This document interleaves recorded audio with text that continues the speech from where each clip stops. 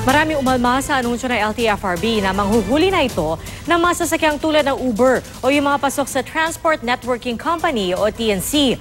Pero paglilinaw nito, yan ay kung wala lang accreditation. Saksi si Chino Gaston.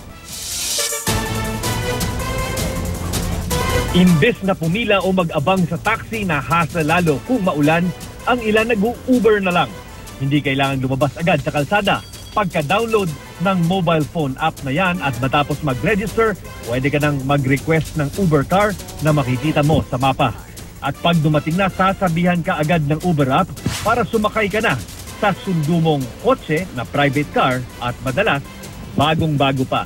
Kung minsan, mas mura pang maningil sa taxi. Kaya naman ikinaiinis ng maraming suki ng Uber at iba pang app-based vehicles ang anunsyo ng LTFRB na sisimula na silang hulihin simula August 21. Lalo't tanggap na kahit sa ibang bansa ang Uber. Pero hindi naman daw lahat paglilinaw ng LTFRB, kundi yun lang walang accreditation bilang Transport Networking Company, kategorya kung saan sila pasok. All the vehicles which are enrolled in that company will now go to the LTFRB, and the LTFRB will now issue individual franchises. That's one way of showing their commitment to really provide service. Kailangan nila magpa-credit sa gobyerno. Dahil pribadong sasakyan pa rin, mahirap matukoy kung alin ang mga TNC vehicle.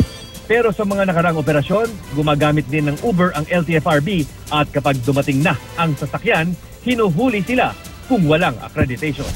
Tiniyak naman ng Uber na nakikipag-ugnayan na ito sa DOTC at LTFRB at magkakaroon ng accreditation bago ang deadline.